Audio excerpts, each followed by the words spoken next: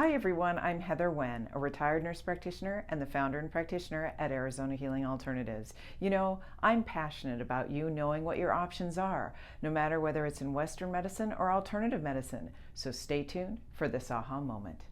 For today, we're going to talk about, since it's Love Month, it's February, and you know how I feel about that we should be kind and loving to each other all year round. But basically today what I want to talk about is that concept that I know you've heard about. Are you coming, whether it's life or love, with the feeling or the perception of your cup is half empty or your cup is half full? Why does that even matter? Well, we'll talk about it today.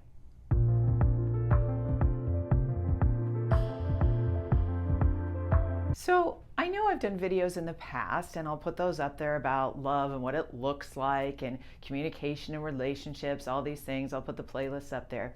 But I love this concept. I was talking to someone the other day when someone said, you know, oftentimes it's about your outlook on life as to, do you come to life with your cup half empty or half full? Well, what does that mean? Well, that means that it's sort of like the optimistic, pessimistic attitude. Is everything in life, is your cup, you know, half empty, which is like, oh my gosh, I really need to fill it up. I really need to fill it up. Or is your cup half full and going, great, I have only this much to go and I'm feeling really good. So that's just a basic concept of that. But what does that mean in terms of love and love in general? Well, when it comes to your outlook on life, it comes out to, are you more optimistic? Are you more pessimistic? Well, when it comes to love, it's similar and different, because there's lots of people that you know they're a very lovable person. There's somebody that maybe you want to love, whether it's in friendships or relationships, but they come to it and they're so depleted and depressed and things in life that oftentimes they can't see when people are really loving towards them.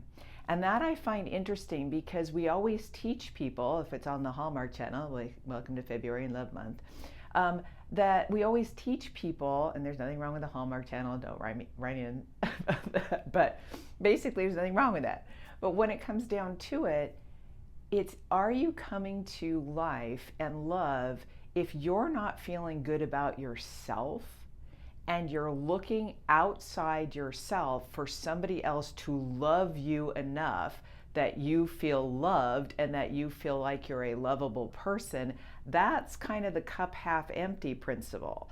And the hard part is we do teach people that if we just love somebody enough, whether it's that they're struggling with, you know, just in general, their life in general, their jobs, their relationships, friendships, romantic relationships, family relationships, whatever it is, oftentimes if they're coming to that with this, you know, I'm not lovable to begin with, which is sort of the root of the problem, then what can happen is it doesn't matter how much you give and give and give and love that person, you can't make them feel loved.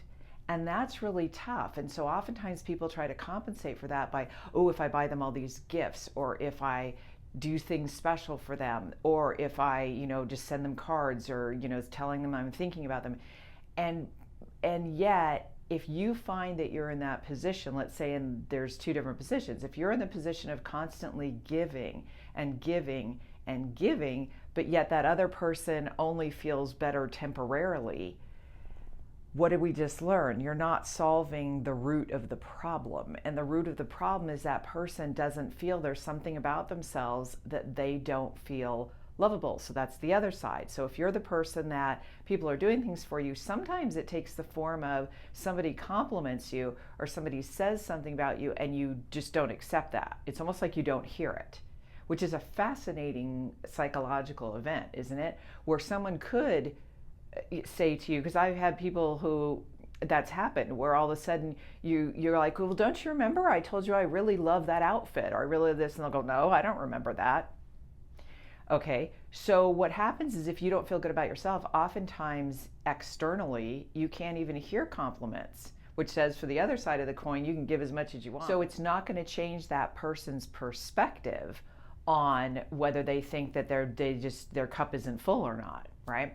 So that being the case, it's a very difficult situation because we want to make people feel better about themselves, but then that person too, if you're the person that no matter what people say or no matter what they do, even if they're showing you love, that it still is not good enough, then we have to start looking at a different issue. And whether you get psychological counseling for this, traditional Western medicine, whether you seek out, maybe it's hypnosis, whether you seek out somebody, an alternative medicine practitioner, for me it would be emotional sorts of reprogramming, that sort of thing, it's very important for both parties to know that you can never, we tend to think, oh, you can go and fill the person's cup up.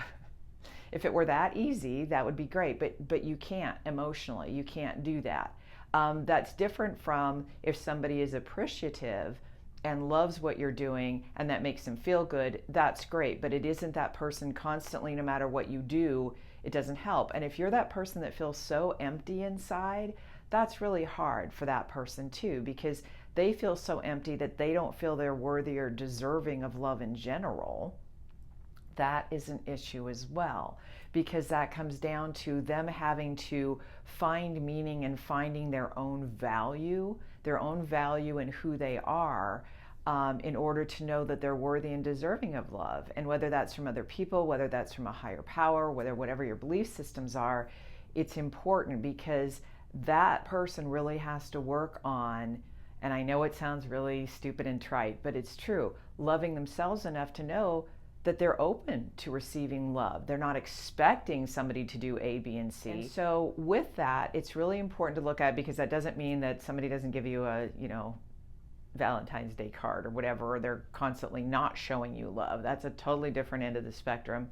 And like I said, you can watch those on my prior videos when it comes to love that's healthy, love that's not healthy, communication patterns that are healthy or not healthy.